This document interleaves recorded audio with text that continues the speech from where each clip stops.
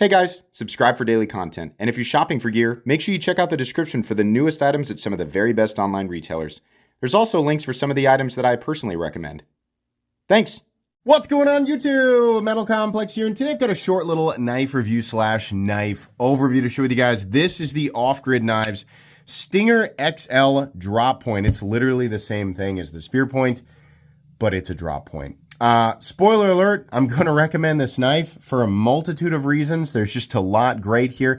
It's just as good as the spear point one, which you can still get. In fact, I'll link this knife and the spear point version down in the description. It does help my channel when you use those links, but that's up to you.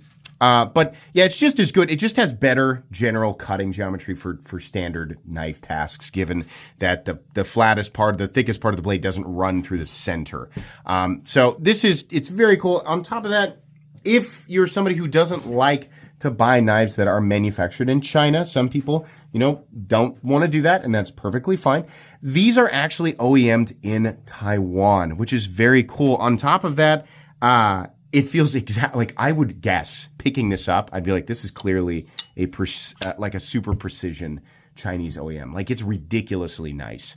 So no corners cut. The price on it is great at $97 for the G10, contoured G10. And then you have the steel liners, of course, and the 154 cm blade. This is a big knife. Very, very good. But I still want to walk you guys through this and give you guys my total thoughts. Thanks to Off-Grid Knives for sending this in for review. Thanks to my patrons for supporting me. Let's quickly go through specs here. Overall length on this guy. It's big, 9 1/4 inches. Blade length is coming in at 4 inches, and cutting edge is pretty much right there, 4 inches. Let's go ahead and do some size comparisons. Any custom scales you find in this section can be found down in the description under Original Goat and others. Up against the 8010, which is also a big knife. It's being dwarfed by this Off-Grid, the Off-Grid Stinger XL here. It's way large. I mean, even in like handle and blade height is about the same. It's just big. Somehow it doesn't feel quite as bulky though. And then up against my own Excalibur, which is also a big knife. My Excalibur's being dwarfed by this giant here. Let's put it up against the Benchmade Griptilian, or in this case, the Ritter Hogue. I guess we're doing this a little backwards today. Way bigger. And then finally, let's put it up against the Spyderco PM2 and the Spyderco Para 3. Obviously, it's huge. Okay, how's the action on this knife? Access to the lock bar, very good. Is there double clutch? Not at all. Fall shut action, beautiful detent. Flipper tab that is rounded. It's jimping in the right place, but rounded. So you can do a nice push button, which feels great. You can also do a light switch, which feels great. The flipper tab is the only way to deploy this knife, and it is essentially perfect. I wouldn't change anything about the detent, flipper tab shape, anything like that. It's going to be a more than satisfactory deployment every single time. It's also very, very reliable. So really nice stuff there. Absolutely love it. No surprise there from Off-Grid. They've been doing it like this for a long time, and I didn't expect anything less. So carry profile, thickness up against the Spyderco Para 3.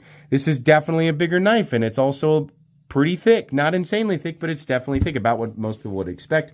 Length and height up against the PM2 and the Para 3, and this is where you're going to notice it, this and the weight of it. It's big, and it's also tall. This is going to take up a lot of room in your pocket, unless you have, the only way you don't notice it is if you have been exclusively carrying larger knives, right? 9 inches plus with a pretty bulky frame and blade, then maybe not. But if you're used to carrying something like the PM2 and you would call it a large knife, this is going to be a lot to adapt to. So keep that in mind. Let's weigh it. What are we looking at for materials? Like I said, a steel liner, which is fine considering the price point, where it's made and everything like that. And then we have really nice contoured G10 scales. We have a steel pocket clip, and we have a 154 cm blade, which is exactly the type of steel that I expect at this price point. It's also one of my favorite general user steels. I really, really like 154 cm. So weight, well, we're on grams. Let's go ahead and do it in grams. 194 grams is what we're looking at here. And then let's go over, well, we missed it, so we get to go back around. As far as ounces goes, 6.8 ounces. It is pretty heavy, right? Not to everybody, but to people who have been carrying what I would consider to be normal pocket knives that hover right around that 3 to 4 ounce. I mixed the word inch and ounce together and made up a new thing. But knives that hover right around that 3 to 4 ounce territory, This is quite a bit more. So it is definitely what the average person would consider a heavy pocket knife.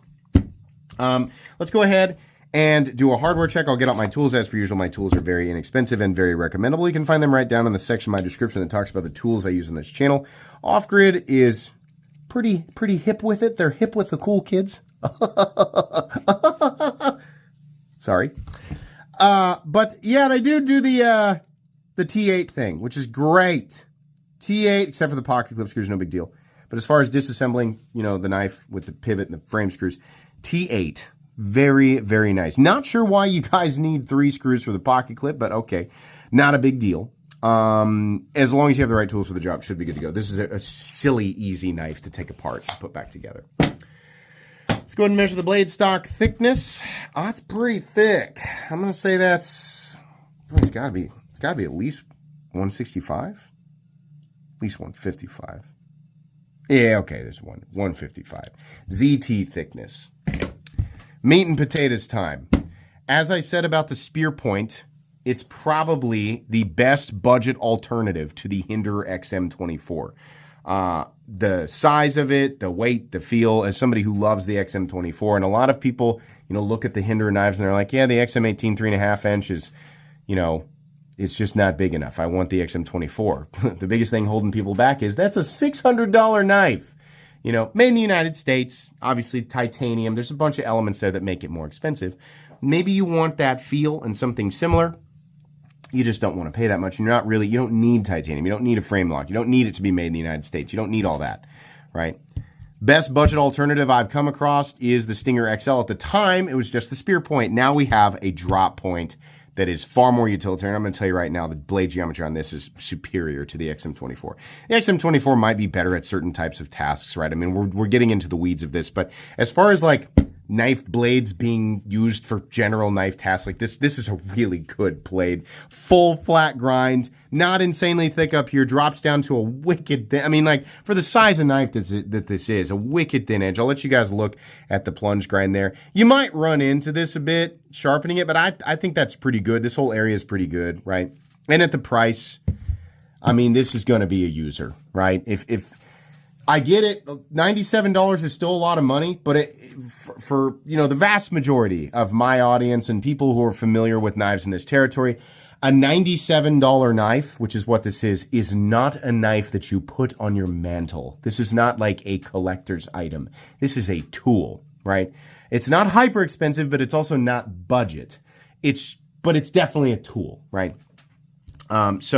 Yeah, it's definitely comparable in a lot of ways to the XM24. And then again, very, very different. Ergonomically, though, it is super comfortable. The jimping is in a perfect place, extends to a perfect point, feels natural. Pocket clip on the shorter side, not weak or anything like that, but it's out of the way. And this is a type of clip that I think I tried to design on my first Excalibur. I wanted a short, ergonomically comfortable clip that was still functional, and I got all of it except for the functional part. Mine was just super pinchy and too tight. This is still functional. It's a regular steel clip, and it's not super pinchy. Nice bill. Completely and totally out of the way ergonomically. This is so, so comfortable. I could work with this knife for hours. I mean, work with any knife for hours. Your hand's going to hurt, but this is insanely comfortable. And there's tons of room on the handle. I still have room on the back. Really, really great. And your cutting edge, the bevel, like the cutting bevel is even all the way out to the tip. Nice finish on this guy. You can also get it in black. Same thing on this side. Factory edge is nice and sharp. No nicks or rolls or anything.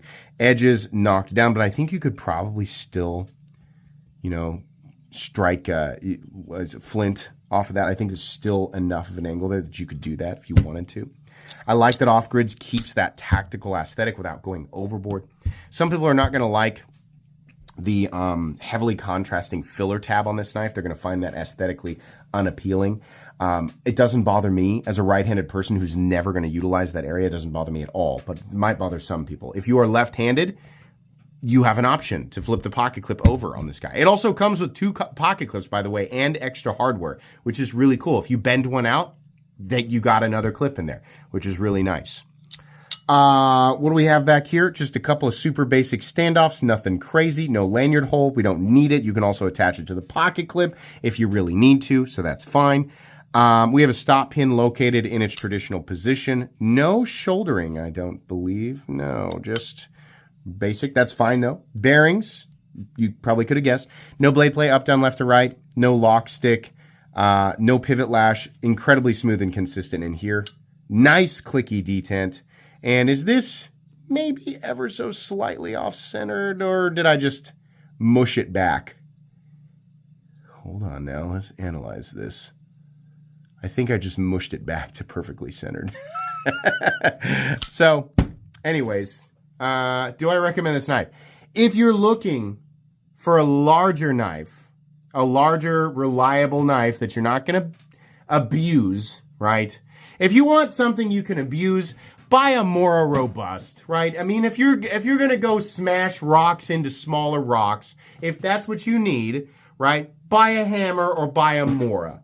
If you're a responsible human being, right, and you know that things like multi-tools exist and you don't have to force knives into imaginary roles just to pride yourself on being somebody who uses their tools hard, that's ridiculous, right? If you're that type of person, you know which tools to use for which jobs. Obviously, knives for knife tasks. And you're looking for a larger knife under $100. Boy, it's hard for me to come up with a different one. I mean, the blade it's the same thing as the last Stinger. It's just the blade is optimized. It's a really nice knife. Really, really nice knife. And a nice option for people. You know, considering this knife world we don't have nearly as many knives at this price point that are this size. Most knives nowadays seem to be 7.5 to 8 inches, right? Leaning much closer to the 7.5 inch range, at least the ones that come across my table. So this is a fantastic option. Obviously, if you don't like big knives, this isn't going to be for you, but you probably figured that out early on in the video.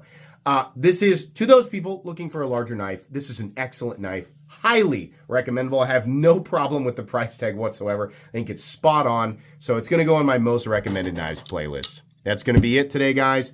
Please make sure to follow me on Instagram at metal_complex. If you enjoyed this video, leave a like. If you'd like to check out my other content, I do, of course, have lots of videos of knives that are either expensive or inexpensive that I do or don't like, so check those out. And if you enjoy all my content, go ahead and click on that Metal Complex logo right there and subscribe because there's definitely more coming. Thanks again for watching, everybody, and have a great day.